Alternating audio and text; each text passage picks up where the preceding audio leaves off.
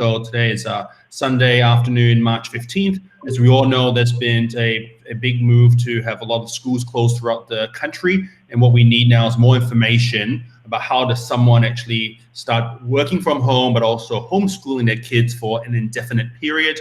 I've known Christina for a couple of years now, and she has a 7-year-old, a 5-year-old, and a 2-year-old that she homeschools. Beyond that, Christina and I actually found out we went to the same university. Christina is a undergrad from Cornell University. Big Red. Big Red. And after that, she went over to also do her master's at Columbia as well, so she can talk more about her background. And she's chosen to be to homeschool her kids, and she has a lot of information for her to share with all of us. How we would do this is we'll get Christina to give her her own introduction and background.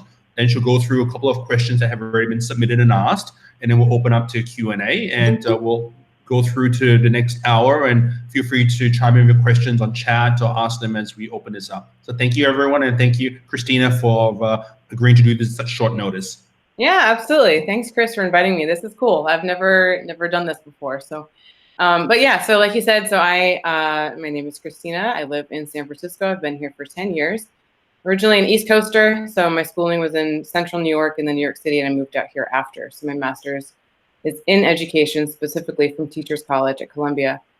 So having that background is a little unusual for me to choose to stay at home and school our children here. I wasn't supposed to be doing that, but the opportunity came up, and it just a different switch in our family dynamic. And that led me to do what I do. And I really, really enjoy it. In fact, I'm going to be directing our homeschool co-op for next year and possibly for indefinite years in the future. So we'll see how that goes. But yeah, I think this is a really great opportunity. I certainly can learn from all of you, and I hope that there's some tidbits that I can share that helps ease the burden of all of these major, what they call the pivot points, I guess is kind of a trending word, pivoting that we've all had to do in recent days. So I actually kind of wanted to do a very basic intro into how I wanted to approach this. And a couple things, I made some notes here, so I'm just going to refer to that. But a couple things kind of came to mind when people were talking about this, and Chris initially pitched the idea. There's a lot of anxiety. Parents in general have a lot of anxiety about what's best for their families. And one of my friends, who happens to be a Stanford psychologist, says that the bane of Western parenting is overcognition. Basically means we think too much sometimes. So in my approach to educating our children at home, I actually kind of try to not think too much. And I want all of us just to breathe. We're going to get through this. It'll definitely require a lot of accommodations in, whoever parents your children and your normal, typical structure at home. But we can do this. We can do this with the support of our friends. We have tremendous opportunities, especially here in the Bay Area, to access online, or of course, anywhere in the world, to access online programs and things like that. So we are not without resources. We're all highly intelligent people. I'm fairly confident in saying that. But so let's all just breathe. And I'm glad you're here, and hopefully I can allay some of your fears. Homeschooling is not the same as doing school at home, as in bringing a day school environment into your home. So if you're trying to think, if you're asking yourself, how do I emulate what my child is getting in the school system at home? The basic answer is you can't. Now, with that, you can certainly and very capably educate your children at home, but I think it's going to take a difference of approach to do it well. And let's be honest, some of us aren't going to do a great job, but that's okay. We're doing this temporarily. Nothing that your child has learned over the past however many years he or she's been in school is going to suddenly be erased because they played for 2 weeks at home instead of doing some rigorous academic work. So my personal experience has been doing this for 3 years. And again, I come with an education background, so I understand that there are developmental cues and things that you need to be aware of in your children, but they're not just all of their math skills aren't suddenly going to be erased because they're not doing math worksheets for an hour a day. So give yourself a lot of space and, as I would say, grace and forgiveness and just allow your children to really direct how best they learn. And then I can certainly offer tips and strategies to maximize their learning at home, and also your ability to do work, because we're all trying to squeeze in our meetings and our emails and all that stuff during the day. Another point I wanted to make in the beginning is that we as parents, when we are stressed, we may not even be aware of it, but that transfers to our children. And stressed out parents does not equal happy children. And happy children play well, they sleep well, they eat well, they learn much better. Stressed out kids have a lot of behavioral issues. So as long as we can mitigate our own stress as parents and try to not transfer that to our kids, I think this period in the next few weeks can be quite joyful, actually, in reconnecting with our family and finding a little bit less stress and a little more enjoyment in having our kids around us. So I just wanted to put that out there. So Chris, do you want to, there were a few questions that were submitted in advance. Sure. Let's go through the questions, and for those who can actually see the chat, feel free to look at them and submit it. If not, you can ask your own question verbally as well. But the first question was, how do I balance the needs of a kindergartner and a fifth grader, both with very different needs? Is Khan Academy a good option for things I may not understand in math, for example? Right. So that's a great question to start off with, because I'm going to explain kind of what our structure is like. And every parent that you meet and encounter who homeschools, another term for homeschooling is basically independent education. So it doesn't necessarily mean sitting around the dining table and plugging through worksheets all day. In fact, there's very little of that going on in our particular school at home. But my schedule is pretty open-ended. I'm going to share, we'll add it to the resources tab, excuse me, but I'm going to share a schedule that somebody had come up with that I saw on Facebook that looked really great. And a couple of the key points were, if you looked at that particular schedule, there were only 2 portions of the day that were specifically labeled for academic work. And that only constituted about 2 hours a day of worksheets or actively learning a particular subject. So I think that's really important to keep in mind here, is that we don't need to be sitting our kids down either in front of a computer or books or doing worksheets at the dining table for 6 or 8 hours a day. In fact, that's never going to work. That's not how any homeschool is structured, or virtually none, and that's not just going to be conducive for kids who are going from a school environment to home, because a lot of them think that this is a break for themselves, like kind of like a spring break. And in fact, this break goes over. It encompasses SFUSD's spring break. So, so in your own home, or I should start again with my home. With my home, in the morning, we generally sleep in, because a well-rested child is a much better learner. So we sleep in, and then we have breakfast, casually get dressed. And then for about 2 hours a day in the morning, we do some schoolwork. I happen to use a curriculum that's a little more structured. So we go through our subjects, and we're singing and dancing, and lots of motion, lots of hands-on crafts. And then we break, eat lunch, which is generally a homemade meal, something that's pretty nutritious. And then we, in the afternoon, go out and do something. Now, the big change for us is that we can't necessarily go out to like a museum like we would, or have a play date with friends. So our outdoor time is going to be more in our backyard, or maybe at the park, something that we feel comfortable with, given the exposure to other people.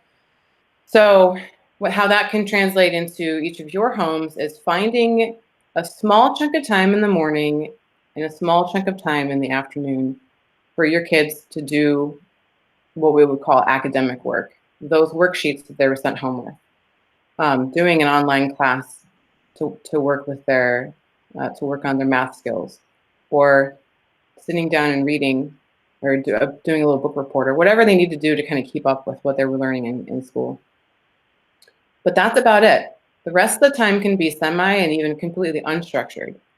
A lot of what we do in our house, I have a 7, 4-year-old, and 4.5, and 2-year-old, and a lot of our learning time is really unstructured, where the kids just play together. They're playing with clay and making Play-Doh and building with Legos and all sorts of, we're learning physics. So we built some trebuchets and some catapults and all those things. So that's kind of a general idea. Now, to address the question more specifically of how do you engage older kids with younger kids What I usually do, especially when I have a 7-year-old and a 2-year-old, the 7-year-old is going to have obviously more advanced assignments to do and concepts. But if she's studying something like outer space, we did a unit on outer space. If she's learning something more like that, and then it requires reading a book or something, then I'm going to take her project and I'm going to simplify it a little bit for the 2-year-old to be able to do it. So my 2-year-old is still going to be learning something about outer space, but it's going to be like, take a ball of Play-Doh and make a planet out of that. And she loves playing with that, so that entertains her for a long time. But it's also developmentally, right? Because they're using some gross and fine motor skills to model that clay. And then maybe she can, if she wants to make one about Saturn, she can roll out the Play-Doh to make rings of Saturn, while the older kid is reading a book about it or watching even a video. And the younger kids, of course, like watching videos with older siblings. So that's kind of how I would approach it. Take the more complicated material that the older kids are learning and try to simplify it to something sometimes very, very basic. An example of outer space stuff is the older kid is reading or memorizing a sentence about that science concept, and then the little kid is just coloring a picture. That engages them, and it also kind of helps the older kids relate to the younger kids and keep their education a little bit similar. As far as more specific subject-like stuff with math, Khan Academy is actually right now offering some free classes.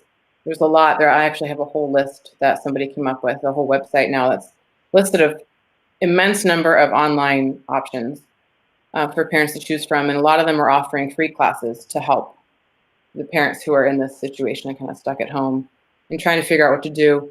Absolutely, that can be great. I don't know, Chris, if you want to talk more, like your company, the Brain Builder, has the Singapore Math, I think. I'm sorry if I'm mixing up terms, but there are options out there to learn things online. But also keep in mind that you could also learn math by building Legos and counting structures like that. The hands-on stuff is really important, especially for younger school-age children. So it doesn't have to just be worksheets. So hopefully that answers that particular question.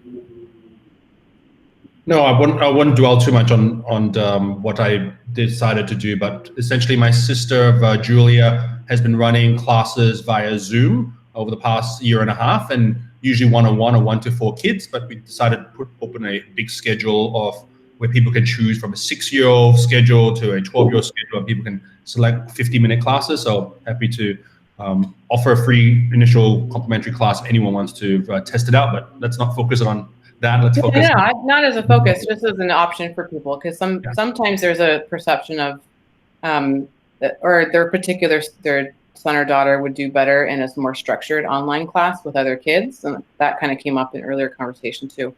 So we have options is the idea. And so kind of find the best fit for yourself. If you want that 1 hour structured time happens to fit in that kind of morning or afternoon slot, then by all means, use that as that academic time and allow your kids to just play the rest of the time, because there's a lot of learning to be done through play, things that we adults kind of forget how valuable open-ended play can be for kids, even older kids. So no, this weekend we tried some classes with two first graders. We just had one earlier today with 5 third graders, one with 2 fifth graders. So there definitely are a lot of options, including our families offering of Singapore mathematics, offering online where people can interact and do problem solving skills. So happy to share more later. But let's go to the second question. During the typical school day, my kids don't interact much with each other. Now having to homeschool, how do you establish and enforce space/work area boundaries inside the home? Yeah. Okay. This is a great question, because this is my life. I have, like I said, the 3 kids. So I have like first grader, pre-K, and a toddler. And so what I found is really helpful is in that structuring, either if you have the physical space to have an older kid like in his or her bedroom kind of working on stuff by themselves, that's fine. Otherwise, try to find projects, crafting things, whatever, that all of them can do together. I don't really necessarily believe that it's beneficial. Certainly isn't harmful, but I think the best environment is for children to feel comfortable working together and that collaboration. So if the 5-year-old, whatever he or she is doing, is there something that the 2-year-old can help out with? Or again, like if they're building larger structures, then the little kids can do smaller things to help contribute to that overall project. But if you have that space separate and you have like older kids who really need some time quiet, either during the younger kids' nap time or institute reading time, a quiet time, if you have to use videos or something, choose educational ones, and the younger kids are easily entertained by that while the older kids can work on other stuff. That's what I found is most helpful for our family. And I do utilize the YouTube a lot, actually. We find tons of educational videos. My kind of philosophy is if I'm going to stick my kid in front of an electronic babysitter, and I use that term freely, I'm going to make it as educational as possible. So there's still some sort of enrichment going on while they are, because sometimes it is a necessity, and that's fine, and it works. So that's how I would work out things with different age groups, trying to find stuff they can do together. And if not, if there's physical space you can separate, and or during nap time for the younger kid, really focus on more academics with the older kid.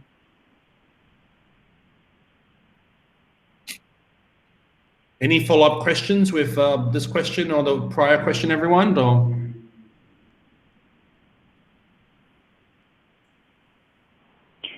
Hi, this is Connie. I liked what you said at the beginning, Christina. That made me feel a lot better, where you said, you know, let them play, let them be themselves. They will learn things this way, because I was hoping to take this opportunity to not have, you know, they have the stress of they know what's going on. As much as we try to alleviate that, they still like know that. That's like there, this cloud. Right. So I was hoping to take this time to not have, you know, we don't have to commute, we don't have to rush every morning, and to be able to just relax a little bit.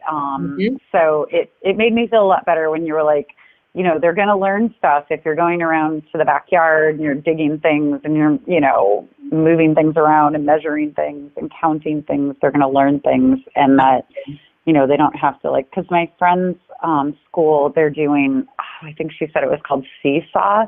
And like her son is supposed to stay at the computer like all day, like doing that stuff. I'm like, oh, I can't imagine my first grader doing that. That just sounds so awful to me.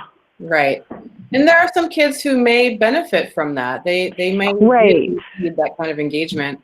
But in general, the less structure, especially for pretty young kids, like second grade and maybe under, they benefit a lot from free play and their imaginations. When children are allowed to rest and like process things around their environment, they just learn more efficiently, for sure. And that's why we found, I'm sure there's research about this as well, but just in the general homeschool environment, allowing their brains to really rest in particular subjects that they're learning about, and not overextending their expectations of learning, and just, I don't know, I mean, it sounds so simple, but just allowing children to be children, you know, and I fully understand, especially, and I know there's some parents on here, two working households, they may have very high powered jobs and they need to get stuff done. Totally understand that. I think there's a happy balance that we can all accomplish in allowing enough free time for children, having enough structure for the parents to get their work done so they can pay their bills. It's not a ridiculous concept. But yeah, I'm glad that you were comforted by that, because that was kind of my hope. Yeah, absolutely. And some things I did, and maybe you have other techniques too, but speaking to the point of like, you know, we're both going to be working our full-time jobs at the same time, like you said, to pay the bills. But like I made these boxes. I'm like, okay, there's an art box, there's a build box, just some things that maybe we haven't played with for a while, or that haven't been, like they've been in different parts of his room. So I'll just pull those together and stick them all in one place. And then like a surprise box of things that, you know, I had that I was saving for like other times, like car trips and stuff. I'm hoping that helps like when he's like, I'm tired of playing by myself because I don't have siblings. You never gave me that sibling. Do you have other, like, anything else like that you can think of that just to like keep it spiced up and interesting?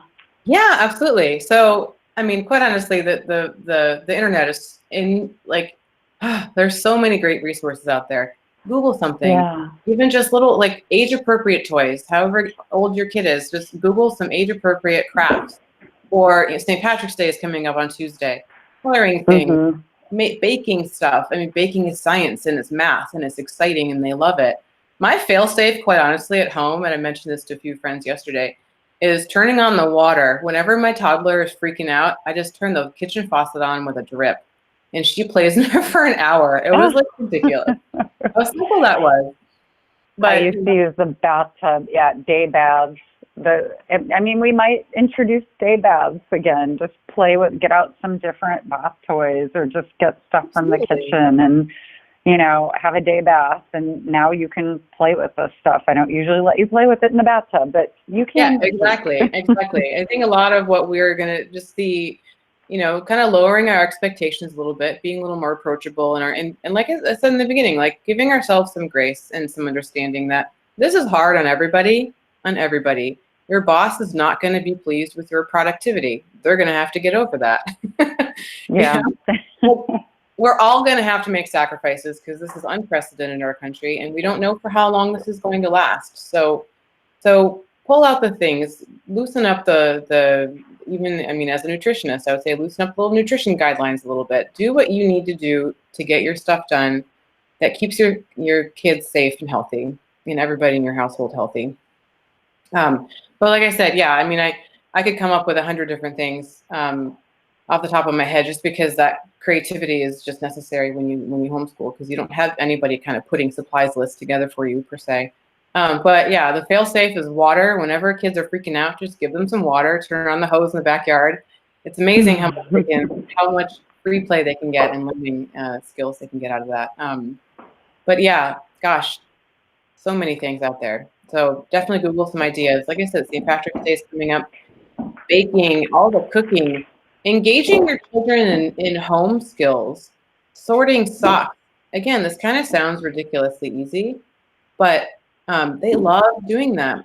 My children have to really love sweeping and cleaning. A lot of there's a reason why they make little miniature brooms for toddlers, because they love it. So by all means, get your kids involved and lighten your household work and have them sweep. We do have a lot of socks that need to be paired. That's a great idea. I just added that to my list. And, talk about the colors, talk about different shapes and sizes and stripes and polka dots. There's anything you do in the day-to-day, there's an opportunity to learn. And I think that's really what I've tapped into in my experience now, having done this for a few years. So I did want to mention one thing before I forget. I had a note here to talk about this. For those households that have two incomes, so both parents work, either it's full or part-time, doesn't matter. Something that might help in a scheduling sort of situation is to have one parent kind of, quote unquote, take the kids or handle the kids in the morning. They take shifts, essentially. If you can do the chunk of your work, if one job is more conducive to working in the morning hours and one is more conducive to the evening hours, to kind of watch the kids and engage and play with them for that first half of the day and then swap.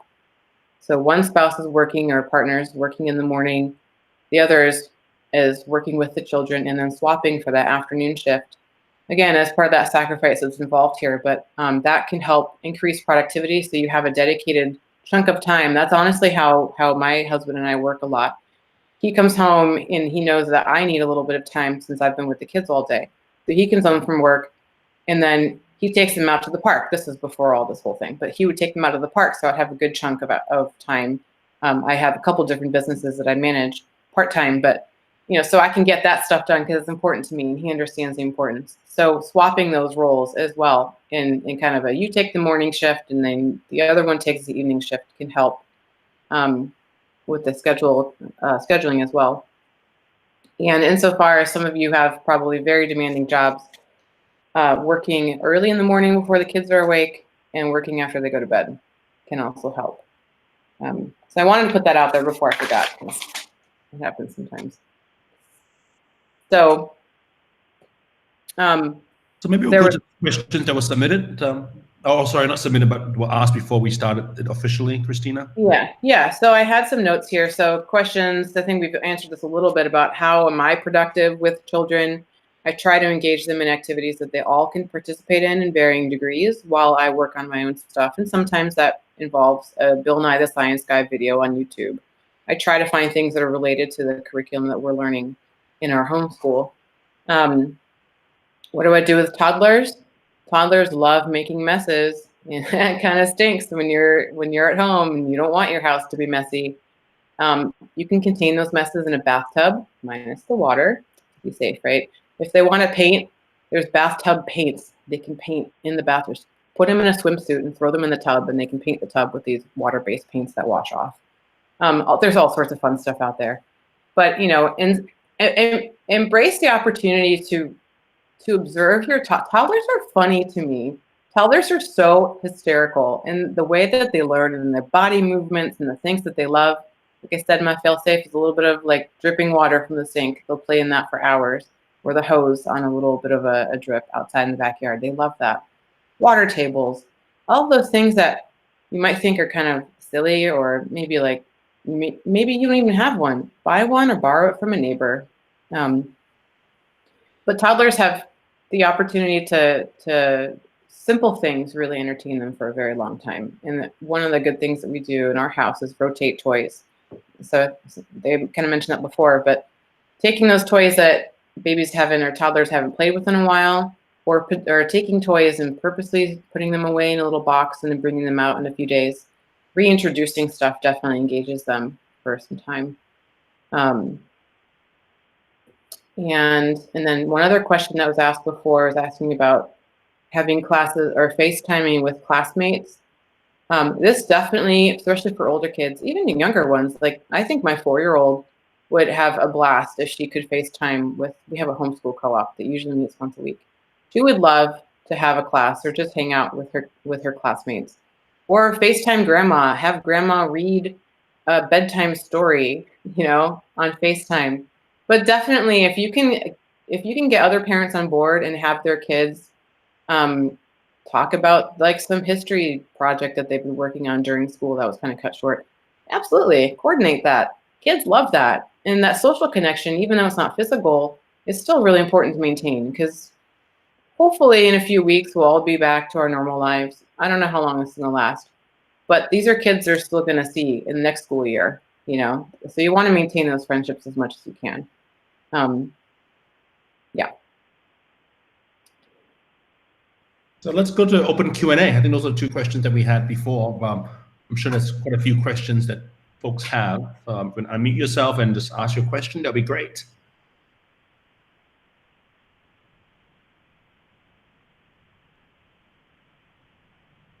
Don't be shy.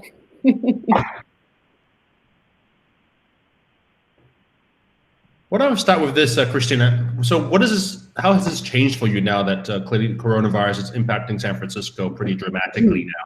What are you doing different? Yeah, and quite honestly, it hasn't changed a lot in our day-to-day, except for the fact that we can't go to the museums and the parks and have play dates like we normally would in our afternoon.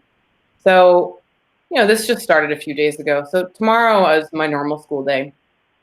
And I think we're just going to have to focus on more stuff in our backyard. And we're very fortunate we have a backyard. And I understand not everybody does. Any kind of green space. So my understanding is that as long as you're kind of physically away from other people, if you have a really big open green space, that should be safe. So bring out the kickball and the baseball and the little water guns or whatever you can. Engage your kids in those sorts of things if you have the opportunity to do that. And certainly somebody identified a while ago that I'm like an empath, so I just feel stressed when other people are stressed.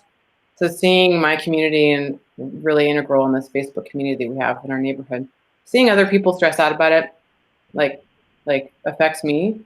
And so we've talked about it in our class and around the dining table in our family. And I'm like, you know what? Let's learn about virology next week. you know, I have a first grader and a pre-K and a toddler, right? So virology is probably not going to be super, super scientific and very specific, but my toddler is going to color some pictures of what the virus looks like. And my older kid is probably going to read something about it. Or we might watch a video together and learn about what's the virus, what is illness, you know, what are vaccines, all of these things, right? Just really brief, simple introduction to this kind of stuff. But this is an opportunity to learn more about it. If my kids were older, I would certainly do some math problems and looking at the graphs and exponent. Like I'm looking at the charts of exponential growth of new cases of COVID-19, and I'm like, there's math and there's science and these really cool aspects that we can take something that's inherently negative and turn it into a positive or a learning opportunity. So that's something that's been different for us, is that I'm going to start incorporating more of those things and really looking at a broader picture and saying, what learning experience can be had from living through this, you know, and that sort of thing. So any other questions out there? Sylvia, did Christina answer the question sorry, someone was trying to ask a question, 608? Oh, that's okay. I just wondered, this is Connie again. Thank you. This has been super helpful. I have like tons of notes, and I've been like Googling things. So I wondered what time does your day usually start and end? Yeah, so that's a great question. We kind of wake up as we need, and but usually we're getting going by 8:30 or 9. I mean, the kids usually wake up at 7:30. So by the time we're at breakfast, that sort of stuff, our schoolwork will begin around 9 and last roughly until 11 because of interruptions with the different dynamic of our kids here. Then we break, eat lunch, and then do something outside or do some enforcing activity. And then we eat dinner at like 6:30, maybe 6 o'clock. Usually it's closer to 7, but schedules have changed a little bit. Wind down, bedtime story, and the whole bedtime routine. And the kids actually go to bed late because they can, because they go to bed like around the time we do it, 9:30 or 10. But that when they sleep in later in the morning. So kind of the best thing is just identify what pattern works best for you. If sticking with the regular kind of school schedule, as it were, of however early you needed to get up and kind of get the kids out the door, and keeping that momentum to keep consistency works for you, by all means do that. But if you're dissuaded by that, if that seems really discouraging given all the different changes going on and you just kind of want this opportunity to relax a little more, do that. Yeah. Too. Like, you're not going to harm your children by allowing them to sleep in. And in fact, they'll probably be better because better rested kids learn better and your immune system is probably a little bit stronger too. I have a question. Absolutely. Nada here. I wanted to see your thoughts around it outlining to the kids a certain structure of the day, if that is helpful, or do you find just rolling with the punches being just fine? Yeah, in our family, rolling with the punches is how it works. In other families, they need more structure. Some families need a lot of structure. Some of their kids just thrive more with structure. I like to talk about creating an environment that has boundaries. Like my kids know that they can't paint on the walls, but they can paint on paper and you know, they have boundaries. They're free to kind of paint however they want, but there's expectations of you don't paint on these surfaces or you clean up right after you do. So in terms of like scheduling, yeah, I mean, the best laid plans can just, you know, you have a toddler that just like, or even a 4-year-old that just kind of start with they're just tired or they're sick and they're whatever. That just throws everything out the window. So I have, you know, as I mentioned before, like I usually generally will have schoolwork from about 9 to 11 and we break and have lunch and then we go out and do something. But sometimes we have, like in the past, we've had play dates in the morning or friends are texting me like, hey, can you get together Thursday morning? It's like, well, we have swim class on Thursday morning, so we're going to do schoolwork in the afternoon. So depending on your particular needs and how much structure your kids need, definitely have some structure for sure, because this isn't just vacation, right? Like you still have to do your work, so the kids should be expected to do something as well. But always keep in a level of flexibility, because being super rigid is just not going to help anybody. It's going to stress everyone out. his kids are going to respond to that, usually behaviorally, and it'll make your life more difficult than it has to be. Thank you. This has been super helpful. I'm glad. Thanks for that. Yeah, this has been super helpful. I really appreciate it. I think for me, a key takeaway is just make learning fun. It's reassuring for me knowing that, you know, you can have flexibility in your schedule, and the idea of trying to recreate a school environment isn't realistic. So for me, that just, it takes a huge weight off of my shoulders. So Good. thank you. I appreciate that. Absolutely. Yeah, Christina, maybe you can talk about how you've actually coordinated your co-op and how you're going to do it moving forward, since they kind of have play dates as much. And I think that sharing your experience would be helpful on that front. Yeah, so we actually are part of a co-op that, as a group, we rent space from a nearby church that meets once a week for 4 hours. And that's so the kids in our co-op can have that classroom experience. So that's an actual, in the eyes of the state of California, that's a tutoring agency that we collectively pay to have access to their curriculum and that particular structure. There are less formal co-ops, basically just groups of friends that get together for park days and all sorts of things. There are a couple different Facebook groups. Like basically, if you just Google or search on Facebook for homeschooling groups, there's a myriad of resources out there that you can tap into. There's a Bay Area homeschool network that I know some work from home parents are tapping into to ask us homeschoolers, how do we do these things? How do I adjust? And all these questions you've been asking me.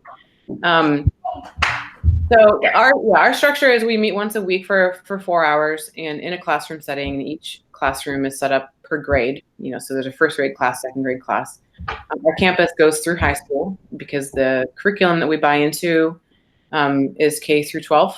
So that's put on hold right now, and our schooling actually ends. It's only a 24-week program. So as scheduled, we were supposed to end in just a few weeks, and I'm not sure that we're going to actually be able to meet again by the time our typical school year would end. And then in doing a 24-week program, we have the opportunity to do all that material again, to repeat it. So basically learning all those things twice in the span of 12 months. Not every family does that. I haven't done that yet. I usually just take that extra 6 months as time off to travel and to explore and beautiful weather that we have in late spring and summertime.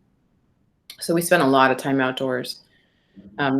So yeah, that's the basic structure, and I'm going to be directing that campus for next school year. But it's unfortunate that we are lacking that little bit of socialization that we would get consistently every week. In addition, most homeschoolers are out of the house for half the day anyway, so they get plenty of social exposure. But of course, we're all kind of self-quarantining in our respective homes. So that dynamic is a little bit different. But that's where the opportunity to utilize technology and FaceTime with our friends and call other people and have, like I said, have grandma read a bedtime story or whatever it might be, to maintain those social relationships is really important. And really to create an environment for your kids where they feel comfortable, that they're not super stressed out, and to try to keep it as consistent as to what they're used to as possible. So hopefully that helps. Great, thank you, Christina. And Manu, was you trying to ask a question, or I was just trying to see whether it may have looked like you were trying to ask a question, but I could be wrong.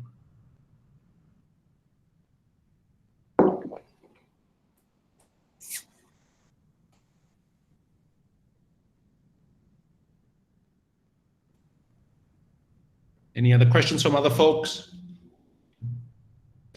I guess in your Facebook community, Christina, what are people usually asking you about, and how are you, I guess, relaying more knowledge to them? A lot are just the logistics. I mean, we parents, it's hard to just suddenly, go from a normal day-to-day life to just switching almost everything overnight. We haven't had much lead-in time to kind of prep for these things. So the logistics of how do I do this? How do I go from, and that's why I wanted to lead in this conversation and saying, if your expectations are to take what your kid is experiencing in a school setting and do it at home, you can't do that. Like, and maybe even you shouldn't do that, because that's just going to put so much burden on yourself. I mean, think about the teachers and how much planning goes into all that stuff, and how much, how their classrooms are structured. You cannot do that in your home environment. It's just not realistic. So it's a lot of that. And then just, asking for resources of where do I go for this, for my kid to learn this thing. I read something like, I'm not great at teaching, I don't know, history or Spanish or whatever. What do I do? What is my kid going to lose all of their education in the span of 2? Of course not. And quite frankly, if they did, that's probably not a really good school to start with. But they're not going to. They're going to maintain that. And as long as, if you continue just reinforcing things, a lot of kids were sent home with worksheets. That's fine. Continue to do that little by little. It doesn't have to be sit down and plug through all of these things at once. So I think it's just a general sense of, oh my gosh, what do we do? I've never done this before. And that's where it's been simple for me, because I have done this. I've done this for so many years, and I've been trained as an educator. So it's naturally kind of in my wheelhouse, as they say. So yeah, I love growing up. I watched Bob Ross, the painter. He was, the reason of, he was the voice of calm and reason. So hopefully I'm the homeschooling voice of calm and reason. You all can do this. We're all intelligent and you're good parents. You can do this. Give yourself a lot of space and a lot of grace, and certainly reach out to all your online communities, all of your friends. They can, of course, connect with me if they want, more one time and whatever. I'm here. I think I know, sorry, it's Connie again. I think I know what your answer is going to be, but my approach for the next couple of weeks, at least, is to focus more on the one subject where we struggle more, versus focusing on all the subjects. I thought, well, maybe it would just be more fun to approach reading in multiple ways and focus only on that. So when you said that the other things wouldn't slide, that made me feel a lot better. So do you think that's a good approach, that's a healthy approach? Oh, absolutely. Yeah. I mean, so cool. Reading is singularly the most effective method of education. In fact, there's a whole, it's called, Charlotte Mason is a whole kind of theory. She was a real person, but she developed this educational theory. Her entire Charlotte Mason homeschooling curriculum is based on literature and how you can teach all the other subjects just by reading books. It seems overly simplified, but it's extremely effective. And it's really cool. I mean, the imagination you can develop in the English sentence structure, and you can look for patterns in words and counting syllables. You get some math in there. There's all sorts of things you can do with just a simple book. So if there was one thing that parents continued to do through all of these weeks and however long this lasts, read to your children. Read to them, read with them, have other people read to them. There's a link that we're going to give all of you to celebrities and other artists who are just narrating these stories. It's all online, like videos. Whole website set up for that, which I think is kind of fun because they do all the voices and all that, right? I love it. Yeah. Easily one of the most valuable things you could do to maintain, the skill level that these kids have. Awesome.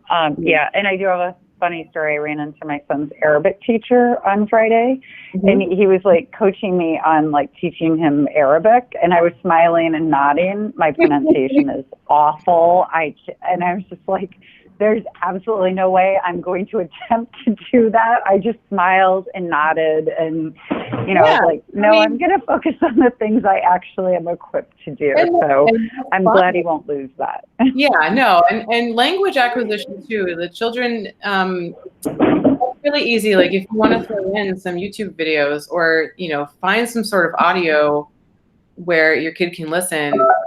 So, because the language, certainly, if your kid's picking up a new language, there's a certain level. Oh, yes, he did recommend that. I'll look for some songs. That's a good idea. I'll look for some songs, but someone else is singing, not me. The Arabic letters are so beautiful graphically, artistically, they're so beautiful. Paint those. you know. Oh, I like that. Model those letters out of clay and string and twine, all of those cool things that you can kind of manipulate with different materials. Take a stick and write them in the mud. Take sidewalk chalk, all that kind of stuff. It all reinforces everything that he's been learning. Awesome. Thank you. Yeah, absolutely. And Christina, just about the community you had mentioned, are all the best communities you found on Facebook groups? Do you communicate on WhatsApp or text, or how do you actually, I guess, manage such a community? It's all Facebook. Yeah, my husband jokes that I'm kind of addicted to it, and it's like, well, that's how I connect with a lot of people. We teach classes out, like way outside of homeschooling. He and I teach classes in our faith community, so there's a good online group for that. So it's just easier for me, frankly, to keep track of all of those different things that we do and all the different people that we interface with online on Facebook. That's why I mentioned the different homeschooling groups also on Facebook. Some of them are like, were at one point Yahoo based, and it's just, there's not that ability to kind of reach out and talk to people, have conversations online when you have it structured that way. So yeah, Facebook definitely is really helpful for a lot of people. No, I know some people are trying to get off Facebook, so that's why I was trying to ask whether there are other options. And there's like 18 people. I'm sure. I'm just not aware of many, because I like to localize and concentrate to one platform versus tracking like six different platforms. No, I totally agree. There's 18 people here on this Hangout, but I've had over 50 people reach out to me to be interested in this parents group. So I'm going to try to use this mobilized platform. But if anyone else have any other suggestions, please let me know. I think with that platform, you don't need to log into the website. You just respond via email, and I think also maybe texting. But I'll find out more and just share with everyone. If people have any other details, feel free to share. I guess more of a question for the entire group. Do people want to at least have this option to join something like this every week? And people want to join, they join. If not, they don't need to join. Like, what kind of support would this community want or need that you may find relevant? Is this a one-off thing that's it, or what would people like?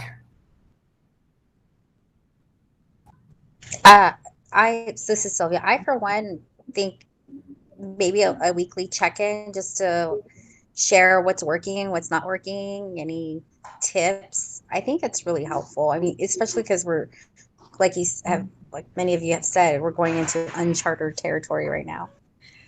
Yeah. And Sylvia, is this a good time for you? Is it a better time at a different time of day, or different time of day, or different day of the week? Or I'm pretty flexible to what other people can do.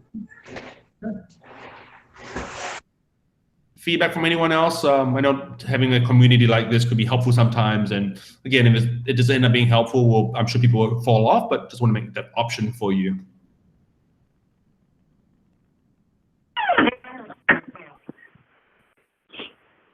Hey, Chris, this is Vishal here from Dallas. Firstly, long time, and thank you so much for arranging this. This was quite helpful. I would love to join this if you guys do this again. That's great. And also Dennis just chatted, say he would love to join this. I think there's so much disinformation. There's so much information out there. I think perhaps doing something like this where there's live experts like Christina, who's done this for many years, joining us. And it may not be Christina every week, but I think for all of us to come band together would be a good way for us to support each other during this time of need. So. Absolutely. I'm very, very happy to hear fellow hoteliers on the call, or at least from Cornell on the call. So really happy to hear that. Nice. Cool. No, Great. I love it. And I think also as we do it, then we'll have more like, oh, this worked, oh, this didn't, and, more questions and stuff. So I love the idea of doing it again. Thank you so much, Christina. You were absolutely fabulous. And I'm going to look up Charlotte Mason and some of the other resources that you shared. No, you're absolutely welcome. And exactly what you were saying is there's no real right way to homeschool or to educate at home, however you want to look at it. And we all do what we can to try something, and if it doesn't work, then we try something else. And we usually just find something to do, right? So absolutely be flexible with yourself. Explore the incredible opportunities you can to do some really fun, creative things with your kids, and enjoy it. Enjoy this time, and hopefully we can all understand that having this opportunity is a little bit of a hidden blessing. And I read something that somebody posted. It's just the opportunity to reconnect as a family. That especially two working parents, as you were mentioning, of, rushing to and from work. You don't have that commute anymore. So just slow down, enjoy the time, and do the best you can. And if some days you kind of don't do the best, but you do mediocre, that's okay. I am not 100% all the time. And in fact, most days I'm like maybe, a C+ kind of mom. So far my kids have turned out okay. And I think it's fine to do that. Just be realistic with your expectations. Fantastic. Thank you. Yeah, absolutely. Well, thank you so much, Christina, for giving up your precious time to share this knowledge with everyone, and also for everyone for joining. And everyone's, if you can see Christina, everyone's thanking you and how helpful it's been. So thank you everyone for giving up your time as well to join this chat and ask the questions and educating all of us. We're all in it together. So I'll send up some follow-up information and get everyone added to sort of a community group. If everyone prefers Facebook, also let me know. I know some people are trying to get away from Facebook as a group, but please stay in touch and give me any feedback you have. Great. Thanks so much for putting this together, Chris. Bye. Bye-bye. Thank you. Bye-bye. Absolutely. You're welcome. Bye-bye.